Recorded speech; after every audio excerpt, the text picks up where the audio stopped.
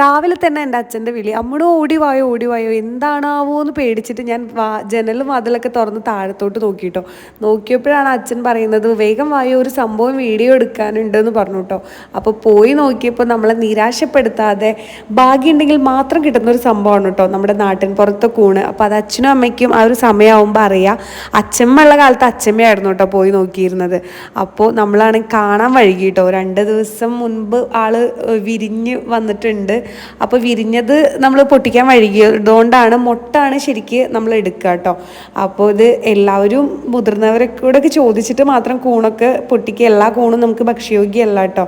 അപ്പോൾ ഈ വീഡിയോ കണ്ടിട്ട് ആരും പോയിട്ട് അശ്രദ്ധയായിട്ട് കൂണൊന്നും പൊട്ടിച്ച് കഴിക്കാതിരിക്കുക. പിന്നെ ഗൈസ്, നിങ്ങളുടെ നാട്ടിൽ കൂണ് കിട്ടിയിട്ടുണ്ടെന്നുണ്ടെങ്കിൽ ഒന്ന് കമൻറ്റ് ചെയ്യണം കേട്ടോ. അടിപൊളി ടേസ്റ്റാണ്. നമ്മുടെ സൂപ്പർ മാർക്കറ്റിൽ കിട്ടുന്ന ബട്ടൺ മഷ്റൂമും മിൽക്കി മഷ്റൂമിനേക്കാളൊക്കെ ടേസ്റ്റാണ് കേട്ടോ.